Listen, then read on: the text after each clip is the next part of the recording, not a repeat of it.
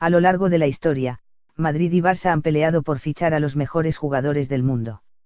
Sin embargo, lo que sucedió en el año 1953 con la disputa por el fichaje de Alfredo Di Stéfano supuso un auténtico escándalo en la época y hasta hace bien poco todavía no se sabía bien cómo se había producido. No obstante, tal y como ha publicado el diario El País, unos documentos encontrados recientemente en una oficina del Estadio Monumental de River Plate han esclarecido el motivo por el que el delantero argentino acabó siendo madridista pese a que el Barça lo había comprado anteriormente. Antes de entrar en detalle vamos a recordar a los protagonistas de esta historia. Por un lado estaban River Plate y Millonarios de Bogotá. El conjunto argentino había traspasado a Di Stéfano al colombiano en 1949, pero como la Liga de Colombia no estaba dentro de la FIFA, los jugadores extranjeros estaban obligados a regresar a sus clubes de origen antes de octubre del año 1954.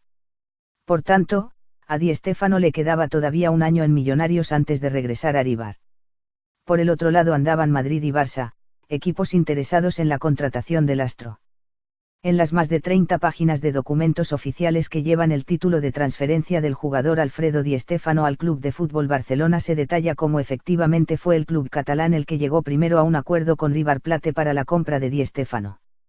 El 25 de junio de 1953, River y Barcelona acordaron el traspaso del futbolista en 2 millones de pesos, unos $87.000.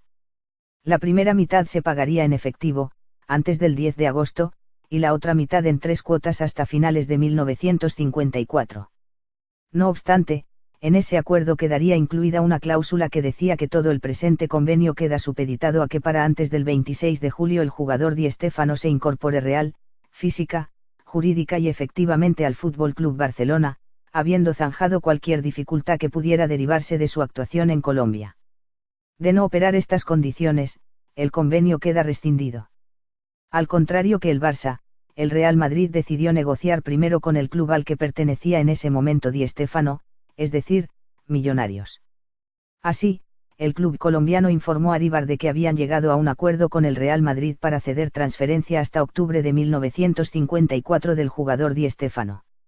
En este sentido, River Plate también decidió redactar un documento en el que pactó con el Real Madrid que si al 11 de agosto de 1953, River no hubiera percibido de Barcelona el importe fijado el 25 de junio, se compromete a ceder el pase del jugador Alfredo Di Stéfano al Real Madrid, por lo que en principio respetaba el contrato firmado con el Barça. Tal y como estaba acordado, el club catalán le envió a River el primer pagaré de 900.000 pesos, por lo que este informó al Madrid de que iban a hacer efectivo finalmente el pase al FC Barcelona. El Madrid nunca se dio por vencido, la FIFA decidió intervenir y dictaminó que Di Stéfano jugaría la temporada 1953/54 para Real Madrid, la siguiente para Barcelona y así sucesivamente hasta 1957. Una decisión que sentó muy mal en el club blaugrana.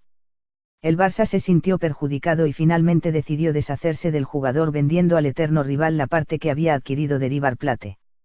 Finalmente, Di Stéfano debutaría con la camiseta del Real Madrid el 23 de septiembre de 1953, fecha en la que empezaría una de las épocas más gloriosas de la entidad merengue con el liderazgo del jugador argentino, que consiguió ganar 8 ligas y 5 Copas de Europa entre 1954 y 1964.